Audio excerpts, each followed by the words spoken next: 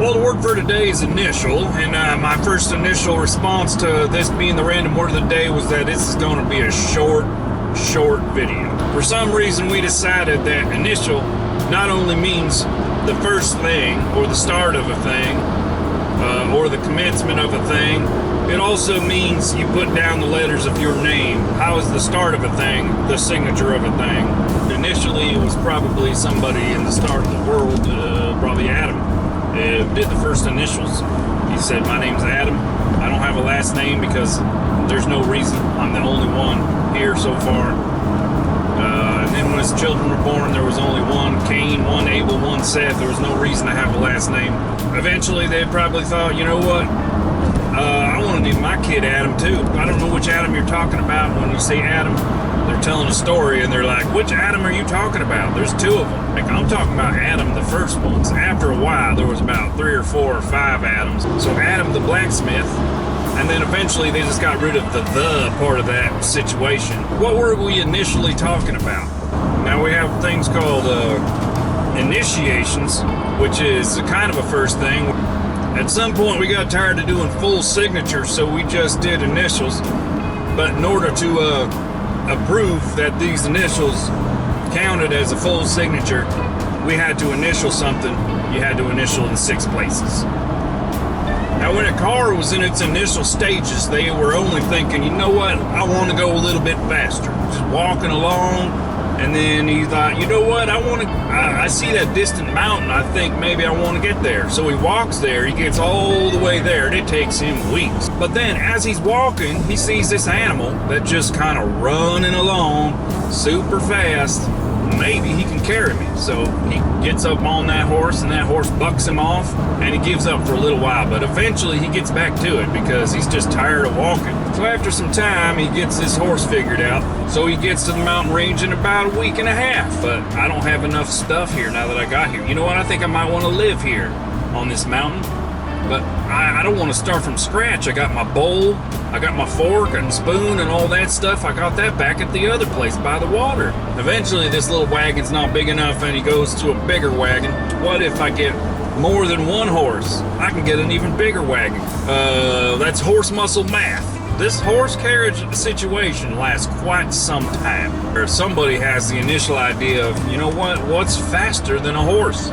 They come up with this massive steam engine. And then all the horses look over at it initially and think, wow, what is that giant machine? It can't do what I can do. I can turn left and right whenever I feel like it. Train can't do none of that. And then the train looks over at the horse and it's like, well, you might initially thought that I'm no good, but guess what I can do? Well, you know, I just haul whatever the humans want me to haul. I'm just here to just do the hauling because I'm strong. Anyway, the point is, after the train, they get the initial idea that maybe we want to go even faster, where airplanes and cars and all that kind of stuff start sprouting up. And then you get cars like this one right here that's just super loud. Keep it down there, Charlie. Migration. That car is too loud. Now, when it comes to flight, initially I'm sure that there is a human being somewhere that saw those birds, and we come across the Wright brothers. And they look up there and they saw the same kind of bird flapping around, and they said, you know what, I want to get up there. You know what makes those birds different from us is they got those things angled out to the edges. So let's try to mimic that part of it and maybe not worry too much about the flapping part for now. Look at that. That squirrel just jumped from tree to tree, and those trees were about 80 yards apart. How'd he do that? The squirrel ain't got no wings. Yes, he does. Look over there. I just see him. And there he goes. And he whoops out his arms out there, and he's got those little pieces that are connected to his hips. And then now the Wright brothers, between the birds and the squirrels, they decided what they're going to do. Whoa, tell you what, they got that thing up in the air. And they flew a little bit.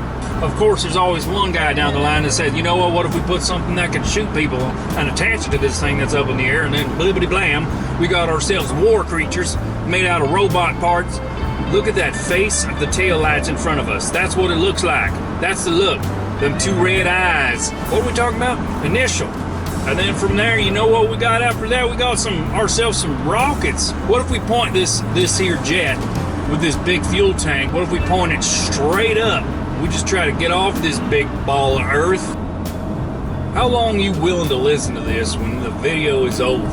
What if nothing else is going on and you're just listening, you're just looking at the logo? Just gonna keep on looking at the logo? How long? Leave a comment down below if you like chips. Leave a comment down below if you don't like chips. Just leave something there on there about chips, and I'll know who my people are.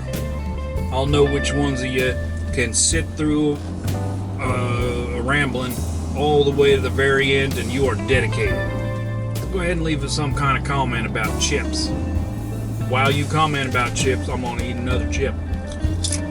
Now that we've made it to the end, no commenting about chips at all. Since you're dedicated, you're at the very end, I don't want you to comment about chips now. Now I'll know who the real deal people are. Now I want you to comment about chicken nuggets.